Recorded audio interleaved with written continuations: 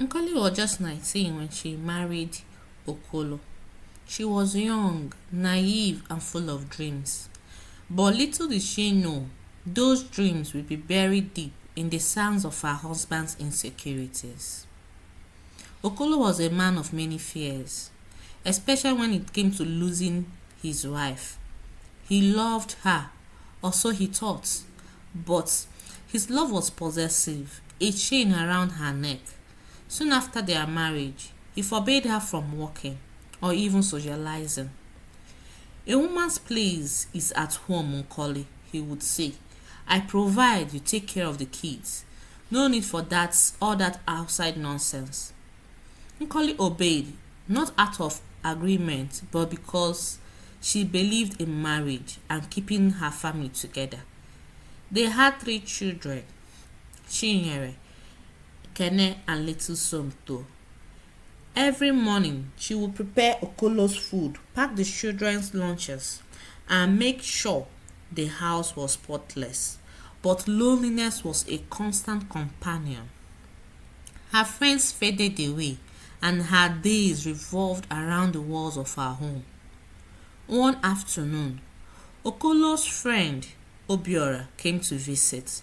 He was a jovial man with a kind heart, and as he sat down in the living room, Nkoli offered him some water. Nkoli, you've done well, oh. Your children are growing so fast, Obiora said with a laugh, admiring the children's photos on the wall. Nkoli smiled, feeling a brief warmth in her chest. It'd been so long since anyone noticed her handwork. Thank you, Obiora. It's not easy, but I try. They chatted briefly, just small talk about the children and life. For the first time in a long while, Nkoli felt seen. But unknown to her, Okolo had been watching from the shadows. His mind raced with jealousy, painting white pictures of betrayal and dishonor. Later that night, Okolo's anger boiled over. So this is what you do when I'm not around, eh? He spat, his eyes blazing with fury.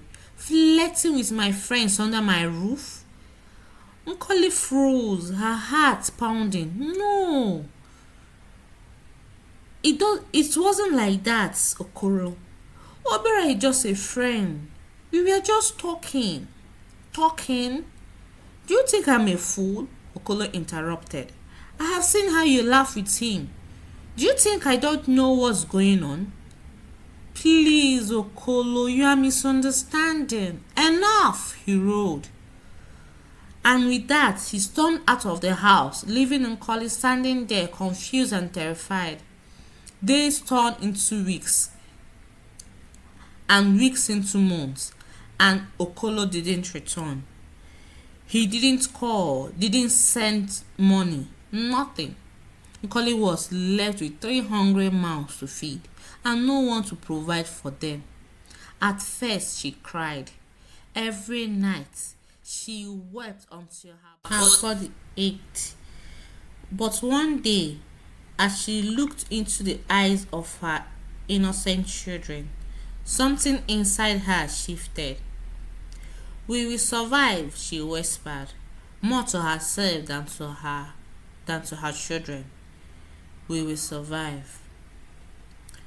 With little choice, Nkoli started selling roasted plantain and fish by the roadside.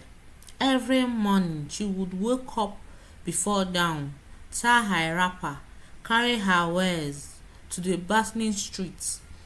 She would sit under the scorching sun selling to passerby, all while keeping an eye on her children, who played nearby.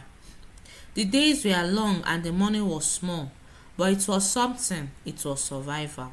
One evening, as she sat beside her small fire, turning over the plantains, her eldest daughter, Chinyere, came to sit beside her. Mommy, why did Daddy leave us? Chinyere asked quietly, her big brown eyes filled with sadness. Nkoli paused, her hands troubling slightly. Sometimes people make bad decisions when they are afraid, she said softly. Your father, he left he let his fears control him. Will he ever come back? I don't know, my child. But even if he doesn't, we have each other, and that's enough. Years passed, and Nkoli's small business grew. She saved every kobo she could, putting her children through school. She made connections with people in the community, some who recognized her determination and strength. Eventually, her, her hustle caught the eye of a local businessman who offered her a small space to open a proper food store. That food store became a small restaurant, and that small restaurant became a five-star establishment. Nkoli had done it. She has built something from nothing. With hard work and resilience, she rose from ashes of her broken marriage, now a proud mother of a successful restaurant. Her children thrived. Chinyere graduated and started her own business. Ekene was finishing university, and little Somto, now grown, was doing well in school. But Okolo, his life has taken a different turn. After abandoning Nkoli, he remarried, but the new marriage was nothing like he ever imagined. His wife couldn't give him children, and his insecurities worsened. Jobs were hard to come by, and soon he found himself working as a laborer on a construction site, tired, old, and bitter. One fateful day, Okolo was working at a site, a large, beautiful house. His back ached and his spirit was weary as he carried heavy blocks of cement. As he wiped the heat from his brow, he saw a familiar face step out of a sleek car parked in front of the house. It was his daughter Chinyere. Chinyere! He called out, his voice coarse. Chinyere turned around, shocked to see her father. Her eyes met his, and for a moment neither of them spoke. Papa, she finally said, walking towards him, her face a mix of emotions. What are you doing here? He asked, confused and embarrassed by his appearance. I should be asking you the same thing, Chinyere replied, her voice cold. This is my mother's house. She owns this place. Okolo's heart dropped. Nkoli. His Nkoli, the woman he had left behind, was now the owner of the very house he was working on. Shame washed over him as he stood there unable to find his words. Shook her head. You left us, Papa.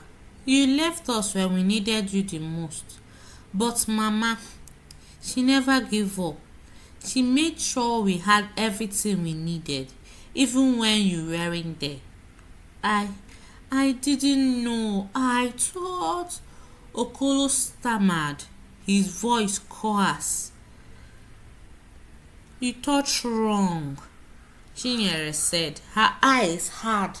But it's too late now. Mama doesn't need you. We don't need you. As Chinyere walked away, Okolo fell on his knees, tears streaming down his face. He had lost everything, his family, his pride, his life, all because of his own insecurities and foolishness. Nkoli, on the other hand, stood tall. She had built a life, not just for herself, but for her children, and she had done it without the man who had once tried to break her spirit.